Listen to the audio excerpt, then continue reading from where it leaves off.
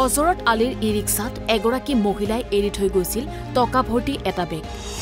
বেগটোত আছিল ৩৮,০০০ টকা, এটিএম কাৰ্ড, আধাৰ কাৰ্ডসহ বহু গুৰুত্বপূৰ্ণ নথিপত্ৰ। কিন্তু সেই টকাৰ প্ৰতি কোনো লোভ নকৰিলে হজৰত আলীয়ে।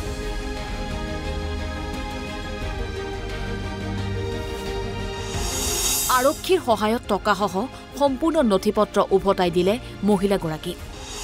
আৰক্ষীয়ে হজৰত আলীক গামোচা পিন্ধাই দিলে উপহাৰৰ টোপোলা।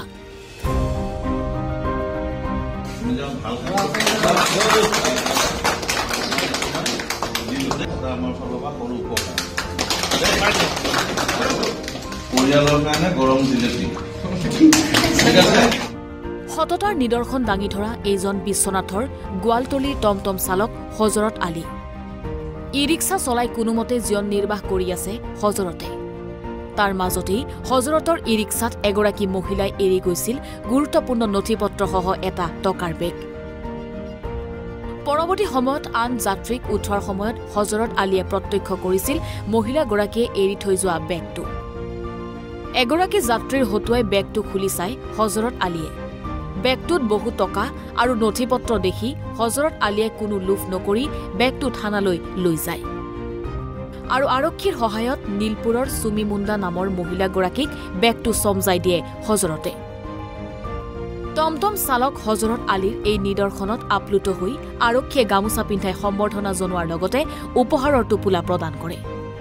টকাসহ নিজৰ বেগ ঘূৰাই পাই হজৰত আলীক ধন্যবাদ জ্ঞাপন কৰিছে মহিলাগৰাকীয়ে। চেইনটো খোলাৰ লগে লগে টকাও চালোঁ বহুত, 500 টকীয়া একদম মানে 40-50 মান টকা তেনেকৈ থুলমূল টকা মানে হ'ব পাৰে, এনেকুৱা এটা আইডিয়া পালোঁ।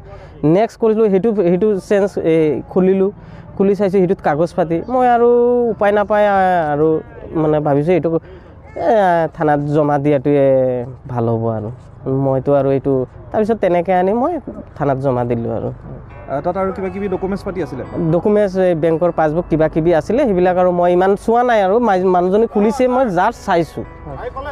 যাৰ আছিলে তেওঁ ইতিমধ্যে পাইছে, আপুনি লগ পালে? হয়, বাইদেউজনী বাৰু লগ পাইছোঁ, বাইদেউজনীও থানাত আহিছে, দিব পাৰিছোঁ। দিব পাই মই মানে বিৰাট মনটো মোৰ বিৰাট ভাল লাগিছে, কাৰণ দিব পাৰিছোঁ যে মানুহটোক লগ পাইছোঁ, দিব পাৰিছোঁ লগে লগে, মানে এইটো কাৰণে মই খুব মানে ভাল পাইছোঁ। দাদাজন বেলেগ মানুহ এজনক লগাই ফোন কৰিছে, বস্তু আপোনালোকৰ বস্তু হেৰাইছে আমি পাইছোঁ বুলি জনালে। আকৌ থানাত মাতিলে, থানাত আমি আহিছোঁ, আপুনি থানাত আহক বুলি ক'লে। আকৌ আমি থানাত আহিলোঁ, আকৌ মানি পাছটো পালোঁ। ধন্যবাদ জনাইছোঁ আৰু মানুহ টমটম পালে তাকো ধন্যবাদ জনাইছোঁ। হজৰত আলী, টমটম দাদাজনৰ নাম আছে হজৰত আলী। তেওঁ মোবাইল মানি পাছখন পালে আৰু পাই মানে থানাত জনালে, থানাত জনাই আমাকো জনালে ফোন কৰি, থানাত থানাত আহক, আমি থানাত জনাই দিছোঁ মানি পাছটো বুলি ক'লে। সেইকাৰণে আমি আহিলোঁ থানাত। সেইটোৱে আৰু দাদাক অনেক ধন্যবাদ আমাৰ মানি পাছটো পোৱাৰ কাৰণে। বেলেগ মানুহজন মানে তেনেকুৱা লোভীয়া মানুহ থাকিলেতো মানি পাছটো আজি নাপালোঁ হয়। আৰু বহুত বহুত ধন্যবাদ দাদা যে আমি মানি পাছটো ঘূৰাই পালোঁ।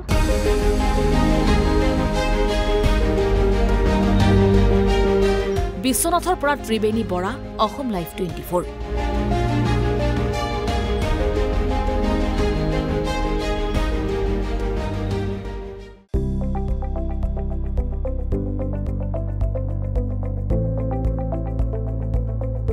NB নিউজ, সহজ সৰল ভাষাত নৱভাৰতৰ কথা।